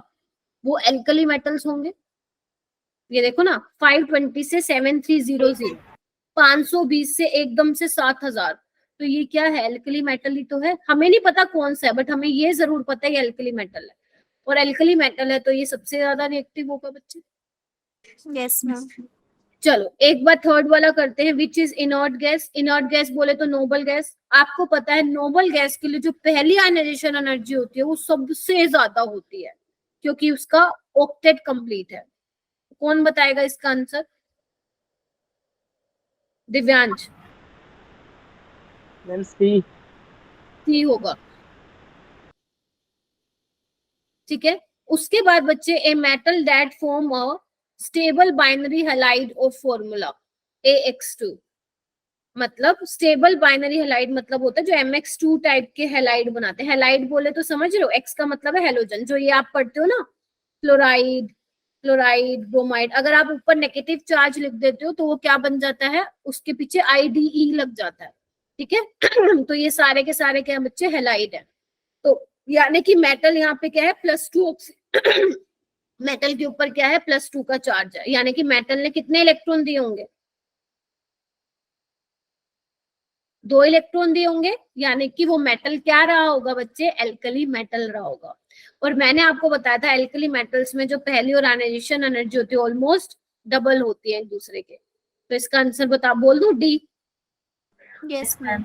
And what about second, which is reactive non metal? वो होगा बी वाला। क्लियर हो गया सबको? अब आप एक काम करेंगे आज, अगर मान लो किसी को ये कम क्लियर हुआ, इसको और स्ट्रॉन्ग बनाने के लिए ऐसे वाले क्वेश्चन थोड़े अच्छे होते हैं, मजा आता है करने में। तो आज ना आप एक काम करना, जो एनसीईआरटी बैक एक्सरसाइज में ना आपको ऐसा कुछ क्वेश्चन मिलेगा, उसमें ना 6-7 आयनाइजेशन एनर्जी की इस तरह से डेटा दे रखा है, वैल्यूज दे रखी है, और 8 पार्ट है उसके टोटल। और आपसे क्वेश्चन पूछे गए, reactive metal, reactive non metal, inert gas, binary halide, है ना, MX टाइप का हैलाइड, ठीक है। एल्कली मेटल किस टाइप के हैलाइड बनाते हैं? MX टाइप के, क्योंकि आपको पता है इसमें मेटल के ऊपर +1 का चार्ज होता है, ठीक है जी। चल, यस। अच्छा, तो वो आप करेंगे। और ध्यान रखना बच्चे, जितने भी आप लोगों के इनऑर्गेनिक के चैप्टर्स हैं, एक ये है, इसके बाद वाला केमिकल बॉन्डिंग का है, तो ध्यान रखना जब जब इनऑर्गेनिक के चैप्टर्स आएंगे तब तब आपको सिर्फ क्या करना है? नोट्स पढ़ने हैं मेरे अच्छे से। मॉड्यूल तो करते ही करते हो, प्रायोरिटी है आपकी वो करना। और उसमें आपको पता है मॉड्यूल में PYQs भी होते हैं, लेकिन उसमें नीट के अलग से इतने ज्यादा नहीं होते। तो आपके पास MTG बुक मैंने दे रखी है, क्योंकि कुछ चीजें तो हैं जो आपको अपना ये पार्ट बना लेना, ये तो मैंने करना ही करना है। एनसीईआरटी को नहीं छोड़ना, एनसीईआरटी को रट लो अच्छे से। रटने का मतलब है बहुत बार रीड कर लो। किस केस में? इनऑर्गेनिक के केस में, क्योंकि इनऑर्गेनिक का पेपर एनसीईआरटी से बाहर ना कभी गया है ना कभी जाएगा। हमेशा इनऑर्गेनिक का पेपर आपके एनसीईआरटी में से आता है। तो प्लीज जितने भी चैप्टर्स हैं आप लोगों के, ये पहला हो चुका है, आज हो जाएगा। आपका जो केमिकल बॉन्डिंग का चैप्टर है, वो आपका जो S ब्लॉक का चैप्टर है, P ब्लॉक का चैप्टर है, ये 4 चैप्टर मैं चाहती हूँ आप लोगों ने एनसीईआरटी से कम 4-5 बार पढ़ रखे हो विद उसके क्वेश्चंस। अगर आप अब इसके क्वेश्चंस देखेंगे ना बच्चे एनसीईआरटी के, तो तुम खुद देखोगे 1 घंटे में तुम सारे क्वेश्चन निपटा दोगे। आपको कुछ नहीं करना, ऊपर ऊपर से रीड करना। आपको लगेगा ये कर लिया, ये कर लिया, ये कर लिया, ये कर लिया, खत्म। देखो बच्चे, एनसीईआरटी के क्वेश्चंस तो वैसे ही आपको करने हैं, क्योंकि स्कूल के एग्जाम्स में तो वहीं से ही आएगा, ठीक है। तो वो वैसे ही करने, अब कर लोगे तो अच्छी बात है, नहीं तो बाद में स्कूल वाले करवाएंगे। तो आपके ऊपर है। तो नोट्स तो रिवाइज करने ही है क्लास में आओगे तो, ठीक है। और अपनी तरफ से बुक को किस तरह से पढ़ रहे हो, अच्छे से बुक में से कितने क्वेश्चंस लगा रहे हो, जितने क्वेश्चंस लगाओगे उतने ज्यादा नंबर। बस यही फंडा है हर चैप्टर का। ये वाला 5 मार्क्स का है टेस्ट, सारे ट्राई करेंगे। 5 मार्क्स का टेस्ट है बच्चे। सपना आज इतना लेट कैसे हो गई बेटा?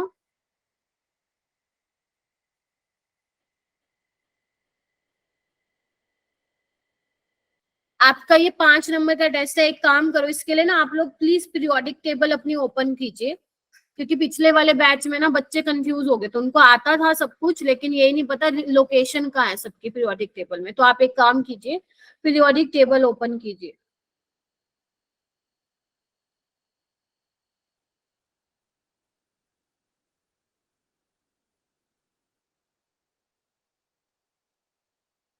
और मैं चाहती हूँ मेरे सारे बच्चों के हैंड रेज हो इसमें। चूज द फॉलोइंग क्लोरीन, ये आपको दिए हुए हैं कुछ एलिमेंट आपको ये 5 आंसर बताने हैं उसके। अपनी नोटबुक में लिख लो, और जब मैं आप लोगों को बोलूं तो क्या करोगे, स्पैम कर देना चैट बॉक्स में अगर आता है तो। पहले तो हैंड रेज कर लो।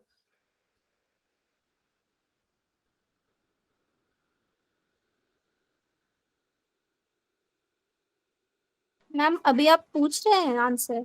हाँ जी, आप हैंड रेज कर लीजिए जिसको हो गया, जिसके 5 के 5। Okay ma'am. चाहे गलत हो कोई बात नहीं, बस मैं जानना चाहती हूँ कि आप लोग कैसे कर रहे हैं इस क्वेश्चन को। दिव्यांश बेटा, क्लास में यही यही नतीजा होता है क्लास में रेगुलर ना रहने का। ठीक है, क्लास में आया कर, डेली आया कर बेटा, ठीक है। Okay ma'am. ठीक है दिव्यांश, तुम सारे बहुत अच्छे स्टूडेंट हो, मेरे इस बैच के सबसे अच्छे स्टूडेंट हैं, लेकिन मेरे को ये नहीं पता कि तुम लोग रेगुलर क्यों नहीं रहते हो। मैंने तो ये सुना था अच्छे स्टूडेंट्स रेगुलर रहते हैं, ये तो उल्टा हो गया। समीक्षा कर रही हो बेटा ट्राई? नवनीत, कनिका, मुस्कान, दिशा, हुमेरा, अंशिका, ईशा, नबनीता, सुहानी, पीयूष, हो गए सबके नाम? आयशा तो कर रही है। प्लीज आप लोग मुझे हैंड रेस करके बताइए, फर्स्ट का आंसर कौन बताएगा? सबसे ज्यादा किसकी इलेक्ट्रॉन एफिनिटी है? वेरी गुड, शाबाश, इतने बच्चों ने हैंड रेस किया। हाँ नवनीत बताओ बेटा। Ma'am chlorine. वेरी गुड, अपने आप को शाबाशी दे दो, सारे क्लैप करेंगे फॉर नवनीत। नेक्स्ट का कौन बताएगा? सबसे कम आयनाइजेशन एनर्जी किसकी है? हैंड रेस करो। कनिका आप बताएंगी सबसे कम आयनाइजेशन एनर्जी किसकी है? ये किसी का नहीं हुआ? हाँ ऐसे मत करो। हाँ कनिका।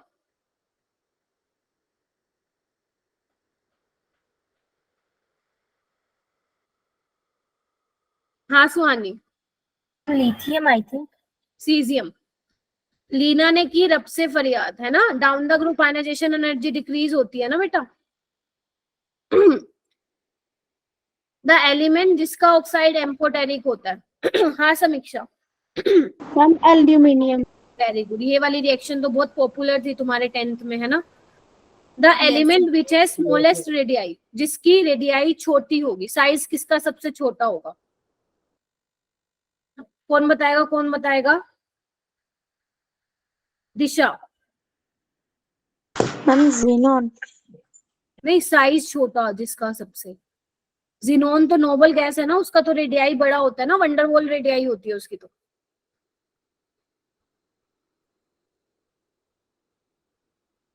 फ्लोरीन नहीं होगा? देखो ना, कार्बन होता है ना, उसके बाद नाइट्रोजन, ऑक्सीजन, फ्लोरीन। तो लेफ्ट टू राइट जाओ, ठीक है। फिफ्थ वाला बताइए, the element whose atom has 8 electron in the outer most shell, किसमें होते हैं 8 इलेक्ट्रॉन? जल्दी बताओ। दिव्यांश। Ma'am bromine. ब्रोमीन में 8 इलेक्ट्रॉन होते हैं वैलेंस शेल में। नवनीत, समीक्षा, जीनोन भाई नोबल गैस है, ठीक है, हो जाएंगे ये। अब आप देख लो कितने आपने करेक्ट किए, उसके हिसाब से अपने आप को प्लीज मार्क्स दे दीजिए। उसके बाद आओ, ये देखो क्या लिखा हुआ है, पढ़ के बताओ मुझे क्या लिखा हुआ है, रट लो। अब देखो यहाँ पे मैंने कुछ एम्फोटेरिक ऑक्साइड्स लिखे हुए हैं। एम्फोटेरिक ऑक्साइड्स क्या होते हैं बच्चे, जो एसिड और बेस दोनों के साथ रिएक्ट करे ना। और यहाँ पे लिखा हुआ है न्यूट्रल Yes, ऑक्साइड्स, मतलब ना तो वो एसिडिक अपनी प्रॉपर्टी शो करते हैं, ना ही अपनी बेसिक नेचर शो करते हैं, उसको हम बोलते हैं न्यूट्रल, है ना। तो इसको याद करने का तरीका क्या है, सबसे पहले हम न्यूट्रल ऑक्साइड्स को याद करते हैं, क्योंकि डायरेक्ट क्वेश्चन आता है। जब आप अपने लोग PYQs देखोगे ना, पता नहीं कितने सारे क्वेश्चन मिलेंगे तुम्हें, हो सकता है कि ये वाले क्वेश्चन P ब्लॉक में डाल रखे हो तुम्हारे। तो कैसे याद करोगे न्यूट्रल ऑक्साइड्स को, नो को नाश हुआ, नो को नाश हुआ, नो मतलब बच्चे NO, को का मतलब कार्बन मोनोऑक्साइड, ये नाइट्रस ऑक्साइड है, नाश मतलब N2O नाइट्रिक ऑक्साइड, और हुआ का मतलब पानी। पानी क्यों, क्योंकि आप ह को H लिखते हो ना, इस वजह से। क्योंकि याद करने का तरीका यही है, आप YouTube पे चले जाओ, कितने एजुकेटर की वीडियोस देख लो, सबने यही ट्रिक बताई हुई है। क्योंकि मुझे भी यही पता है, इसलिए मैं आपको भी ये बता रही हूँ। आप टीचर बनोगे तो अपने बच्चों को यही बताओगे। हाँ बच्चे, मैम पर 10th में तो ये पढ़ा था कि जितने भी नॉन मेटेलिक ऑक्साइड होते हैं वो सारे एसिडिक होते हैं नेचर में। बिल्कुल सही पढ़ा आपने। तो तुम ये बोलना चाह रही हो कि नाइट्रोजन नॉन मेटल है तो वो एसिडिक होना चाहिए, ठीक है। Yes, लेकिन वही है ma'am. ना, 10th में हम पूरा कहाँ पढ़ते हैं, आधी अधूरी बातें बताई जाती है हमें, है ना आयशा। ठीक है, तो ये वो वाले ऑक्साइड्स हैं जो न्यूट्रल ऑक्साइड्स होते हैं, ना तो ये अपनी एसिडिक प्रॉपर्टी प्रॉपर शो कर पाते हैं और ना ही बेसिक, ठीक है। या ये बोल लो, ऐसे बोल लो इसको कि N2O जो है अपनी थोड़ी बहुत एसिडिक प्रॉपर्टी भी शो करता है और बेसिक भी, तो दोनों करता है, तो ये न्यूट्रल ऑक्साइड है, ठीक है। चलिए, Okay, उसके ma'am. बाद जो एम्फोटेरिक ऑक्साइड्स होते हैं, इसको ट्रिक को कैसे याद रखोगे, इस ट्रिक को लिखो बच्चे, जनाबे जनाबे अली ने गाया बेकार पंजाबी सॉन्ग।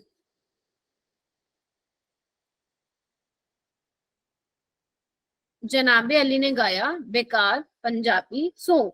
अब इसको कैसे ध्यान रखोगे बच्चे, जनाबे का मतलब जिंक, अली मतलब एल्यूमिनियम, ने से कुछ भी नहीं है, गाया मतलब गैलियम, बेकार मतलब बेरिलियम और क्रोमियम, बेकार बेरिलियम क्रोमियम, बेकार बेरिलियम क्रोमियम, पंजाबी मतलब लेड, और सॉन्ग मतलब टिन और एंटीमनी, SN और SP, SN और SP, SN SP, ठीक है।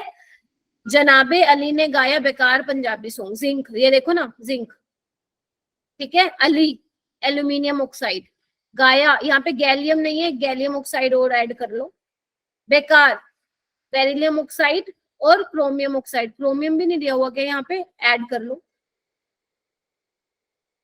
ठीक है। Punjabi lead oxide, song tin oxide और एंटीमनी ऑक्साइड। क्लियर है सबको ये ट्रिक क्लियर है, क्योंकि भैया 4 नंबर का क्वेश्चन आता है यहाँ से, तो आपको करना पड़ेगा जुगाड़बाजी, तो कि किस तरह से आप इन चीजों को याद कर पाओ, ठीक है। ज्यादा मुश्किल ट्रिक नहीं है। नो को नाश हुआ, जनाबे अली ने गाया बेकार पंजाबी सॉन्ग, इस पे मैं क्वेश्चन की प्रैक्टिस भी कराऊंगी।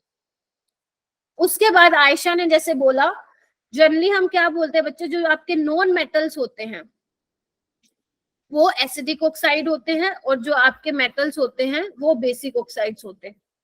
पता है ना ये तुम लोगों को, जो आपके एल्कली मेटल्स होते हैं उनके जो हाइड्रोक्साइड्स होते हैं वो बेसिक नेचर के होते हैं, सॉल्यूशन में जाने के बाद वो OH नेगेटिव रिलीज करते हैं, ठीक है पीयूष, ईशा, ठीक है। कहाँ गए दोनों, कहाँ गए भाई, पीयूष तो पीयूष है ना क्लास में, यस मैम। हाँ कहाँ गए, गुम हो जाते हो तुम लोग तो भाई सारे, ठीक है। अच्छा, और जो आपके नॉन मेटल्स होते हैं जैसे फ्लोरीन हो गया, ऑक्सीजन हो गया, इनके जो ऑक्साइड्स होते हैं वो एसिडिक इन नेचर के होते हैं, ठीक है। चलिए, न्यूट्रल ऑक्साइड्स ये मैं आपको बता ही चुकी हूँ, वो वाले ऑक्साइड जिनके एसिडिक और बेसिक प्रॉपर्टी नहीं होते तो फिर न्यूट्रल है वो। इसके बाद ये वाला पॉइंट बेटा थोड़ा सा इंपॉर्टेंट है, ये तुमने कभी नहीं सुना होगा। ऑक्सीडेशन स्टेट का नाम सुना है कभी? ऑक्सीडेशन स्टेट का charge on metal atom, metal atom पे चार्ज कितना है, वो होता है ऑक्सीडेशन स्टेट। कोई बात नहीं, अभी टेंशन मत लो। देखो बच्चे, यहाँ पे क्या लिखा हुआ है, अभी इसको डिटेल में मैं आप लोगों को पी ब्लॉक में करवाऊंगी, लेकिन क्योंकि ये यहाँ पे आ गया है तो मैं अपनी तरफ से ट्राई करती हूँ कि आपको थोड़ा बहुत समझा पाऊं, सो दैट आप इसके PYQs कर सको। तो बच्चे वो कह रहे हैं कि मेटल ऑक्साइड्स जो हाइयर ऑक्सीडेशन स्टेट में होते हैं, एक तो वो बात ठीक है कि जो मेटल ऑक्साइड्स होते हैं बेसिक इन नेचर होते हैं, बट कुछ मेटल ऑक्साइड्स ऐसे होते हैं जिनकी ऑक्सीडेशन स्टेट ज्यादा होती है, वो एसिडिक इन नेचर होता है। या सिंपल अगर मुझे आप लोगों को याद करवाना हो तो क्या आप कैसे याद रखोगे बच्चे? जितने ज्यादा ऑक्सीजन लगे होंगे उतना ज्यादा मेटल का एसिडिक कैरेक्टर होगा। कैसे? देखो बच्चे, एसिडिक मतलब क्या होता है? इलेक्ट्रॉन की भूख। अभी मैंने बताया ना लुईस एसिड, याद करो लुईस Yes, एसिड ma'am. क्या है? इलेक्ट्रॉन की भूख। तो एक बात बताओ, अगर आप वेनेडियम के साथ 5 ऑक्सीजन लगा दोगे और आपको बताओ ऑक्सीजन इलेक्ट्रोनेगेटिव है, क्या करेगा? इलेक्ट्रॉन को खींचेगा, और अगर इलेक्ट्रॉन को खींचेगा तो वेनेडियम को तो भयंकर क्या बना देगा, वो भूखा बना देगा। और जितना ज्यादा भूखा उतना ज्यादा एसिडिक, जितना ज्यादा भूखा उतना ज्यादा एसिडिक। क्लियर? समझ पा रहे Yes, हो? ma'am. ठीक है। क्योंकि ये मैं क्यों नहीं बता रही अभी आपको, क्योंकि आपको निकालने ही नहीं आती ऑक्सीडेशन स्टेट कैसे निकालते हैं। तो अगर मैं वो बताऊंगी तो फिर वो कोई फायदा होगा नहीं, इसलिए मैं आपको अपने तरीके से समझा रही हूँ। जो मैं बता रही हूँ वो भी लॉजिक ही है, ठीक है। चलिए, अब मुझे ये छोटा सा टेस्ट करके दिखा दो, विच इज 8 मार्कर टेस्ट आप लोगों का। आप लोग मुझे ये करके बता दो। आपको क्या बताना है?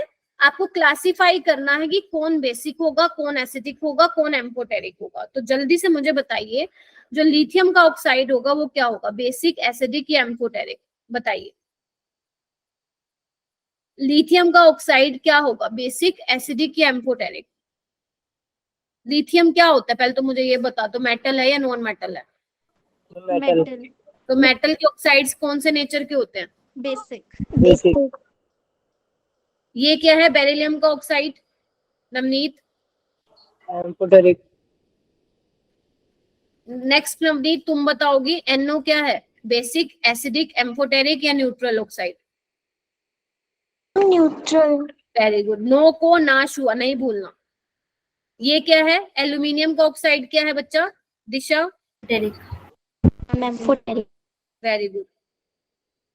ईशा, ये क्या है, Cl2O7, ऑक्सीजन बढ़ रहे हैं तो क्या होगा?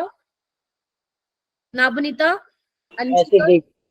ए दिव्यांश, तुम क्या हो? अंशिका हो क्या? अंशिका क्या होगा इसका आंसर? एसिडिक। अब ये बता दे क्या नाम है दिव्यांश? N2O। नो को नाश हुआ, नो को नाश हुआ। मुस्कान? न्यूट्रल। न्यूट्रल। नेक्स्ट वाला मुस्कान बताएगी, टिन ऑक्साइड।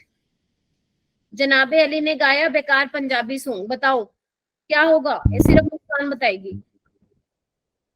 हाँ मुस्कान? Ma'am, amphoteric. एम्फोटेरिक। नेक्स्ट बताएगी नाबनीता। हाँ नाबनीता? लेड का ऑक्साइड क्या होगा? जनाबे अली ने गाया बेकार पंजाबी सॉन्ग, बताओ। हाँ Humera? Ma'am amphoteric. Very good.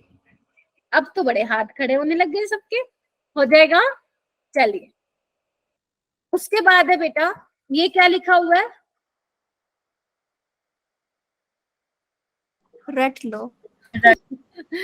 लेकिन कोई बात नहीं, अभी बोल रही हूँ रट लो, क्योंकि पी ब्लॉक जब कराऊंगी तो नहीं बोलूंगी रट लो। वैसे तुम्हें पता भी है बच्चे, एक चीज ध्यान रखना, जब आप लोगों का सेंट्रल मेटल एटम सेम है, जैसे देखो दोनों में एंटीमनी है, इनमें देखो सब में Cl है, देख पा रहे हो बच्चे सारे? Yes, ma'am. इसमें नाइट्रोजन है, सेंट्रल एटम सेम है। इसमें नाइट्रोजन है, इसमें सल्फर है। तो इस केस में आपको कैसे पता लगाओगे कि कौन ज्यादा एसिडिक होगा? जितने ज्यादा ऑक्सीजन उतनी ज्यादा एसिडिटी। जब सेंट्रल एटम सेम होगा, जितने ज्यादा ऑक्सीजन उतनी ज्यादा एसिडिटी। तो देख पा रहे हो सारे, Sb2O5 सबसे ज्यादा होगा, HNO3 ज्यादा होगा, N2O5 ज्यादा होगा N2O3 से। इसमें देखो, इसमें 4 ऑक्सीजन, HClO4 ज्यादा एसिडिक होगा, फिर 3, फिर 2, फिर 1। देख पा रहे हो बच्चे? लेकिन एक बात समझ पा रहे हो ना, फर्स्ट वाला पॉइंट? Yes ma'am. सारे बोलो भाई एक बार मुझे, नहीं तो मैं दोबारा बताऊं। मैम सेंट्रल एटम सेम नहीं हुआ तो? वही लिख रही हूँ, when central atom is not same then acidity is directly proportional to electronegativity. अब तुम्हें खुद ही पता चल जाएगा ये। इलेक्ट्रोनेगेटिविटी क्या होती है? इलेक्ट्रॉन को अटैक करने की पावर। एसिडिटी भी क्या होती है? इलेक्ट्रॉन के लिए भूख। तो जितनी ज्यादा इलेक्ट्रोनेगेटिविटी उतनी ज्यादा एसिडिटी। बताओ मानते हो या नहीं? Yes ma'am. मैम। सबको एक दूसरे के साथ रिलेट करो, यही तो खूबसूरती है इनऑर्गेनिक की, बहुत ज्यादा। तभी तो मुझे बहुत पसंद है इनऑर्गेनिक, स्पेशली 11th-12th क्लास की। एक तो केमिकल बॉन्डिंग मेरा पर्सनली फेवरेट चैप्टर है, और एक 12th का कोऑर्डिनेशन केमिस्ट्री, बहुत अच्छा लगता है मुझे वो। चलिए, अब आपको देखो यहाँ से क्या समझ में आ रहा है कि लेफ्ट टू राइट हमें पता था इलेक्ट्रोनेगेटिविटी बढ़ती है, तो अब मैं बोल सकती हूँ एसिडिटी भी बढ़ेगी। Yes ma'am. मैं बोलती थी कि top to bottom electronegativity decrease होती है, तो मैं बोल सकती हूँ एसिडिटी भी डिक्रीज होगी। बस खत्म हो गया तुम्हारा 4 नंबर के क्वेश्चन का जुगाड़, बिना पी ब्लॉक पढ़े। एक क्वेश्चन करके दिखा दो, फिर मैं समझ जाऊंगी कि तुम लोगों को थोड़ा थोड़ा समझ में आया। ये 4 आपको दिए हुए हैं ऑप्शन, आपको बताना है correct order of acidic strength is. बस 5 मिनट का और रह गया। एसिडिक स्ट्रेंथ का ऑर्डर बता दो। ध्यान रखना पीरियोडिक टेबल में ये सारे कहाँ आते हैं बेटा। कौन बताएगा मुझे इसका आंसर? जल्दी बताओ।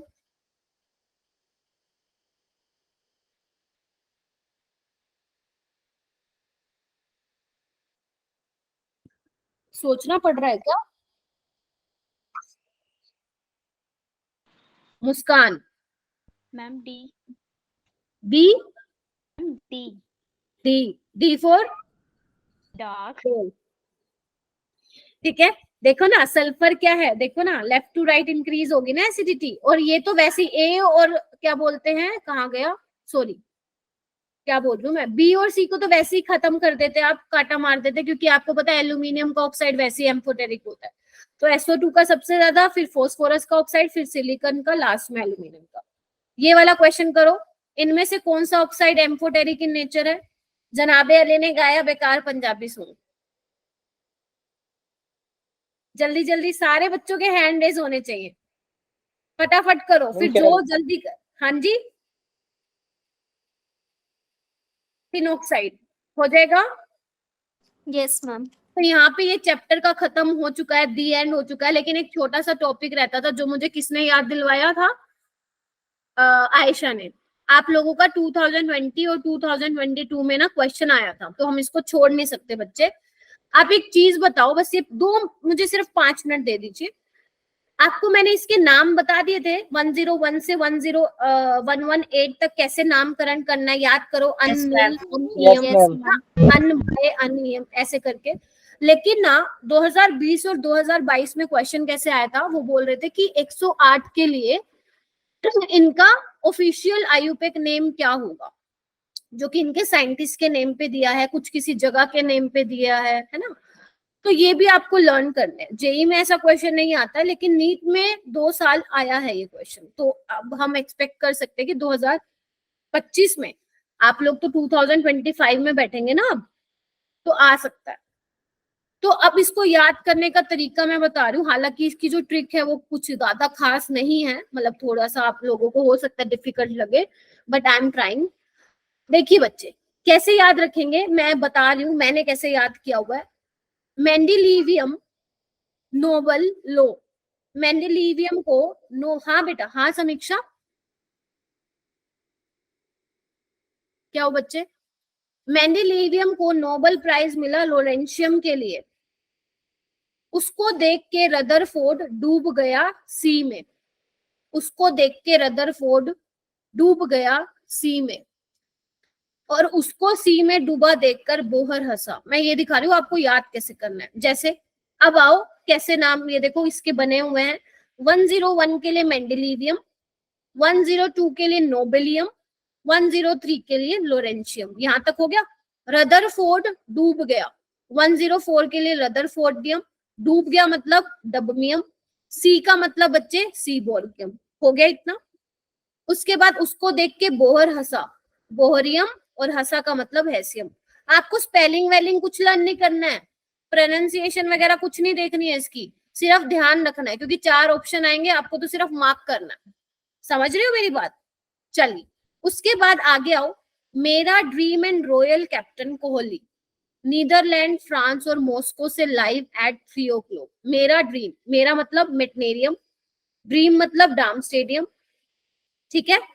कैप्टन मतलब कोपरनिशियम, नीदरलैंड मतलब निहोनियम, फ्रांस फ्लेरोवियम, मॉस्को से लाइव मोस्कोवियम, लाइव मतलब बच्चे लिवरमोरियम, और 3 o'clock, 3 मतलब टेनिसिन, और ओ क्लॉक का मतलब ओगेनिस।